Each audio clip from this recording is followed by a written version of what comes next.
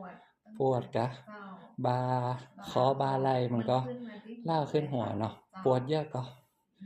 เนาะแล้วก็อันนี้ไปฝังเข็มกับไอ้ขอบแก้ว ค่ะ มันแควนขึ้นน้อยๆกะแต่ยังปวดอยู่แหละปวดลึกๆอยู่เนาะ ปวด อันเดี๋ยวยังฝั่งขวาให้เนาะ ได้ เจ้าเต็ม10มันปวดระดับไหน 9 ข้อนักแต่นักกว่า ปวดมาก ข้อ ค่ะ นักแต่นักกว่า โอเค เจ้า ขยับบ่า อืม เบาอะไรอะ เบาเจ้าแต่ยังมีตรงนี้หน่อย